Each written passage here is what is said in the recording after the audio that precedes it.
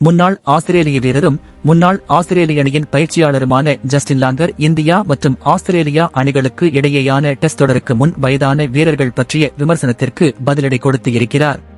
தற்போது ஆடவுள்ள இந்தியா மற்றும் ஆஸ்திரேலியா அணிகளில் பல மூத்த வீரர்கள் உள்ளனர்.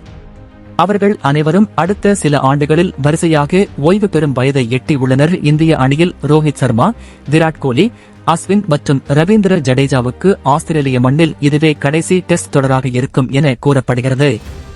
எனினும் வயதான வீரர்கள் என அவர்களை ஒதுக்கிவிட முடியாது என ஜஸ்டின் லாங்கர் எச்சரித்து இருக்கிறார். இது பற்றி அவர் பேசுகையில், சாம்பியன் வீரர்களை நீங்கள் அவ்வளவுதான் என ஒதுக்கி தள்ளிவிட முடியாது.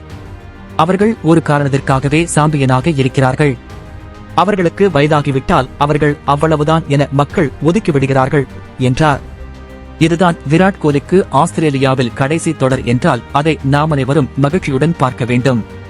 இதேதான் ரோஹித் சர்மா, ரவிச்சந்திரன் அஸ்வின் மற்றும் ரவீந்திர ஜடேஜாவுக்கும். ஆஸ்திரேலியா அணியும் இதே நிலையில்தான் உள்ளது. ஆஸ்திரேலிய அணியின் பந்துவீச்சு குழு இப்போது மிகவும் மூத்த பந்துவீச்சு குழுவாக மாறியிருக்கிறது.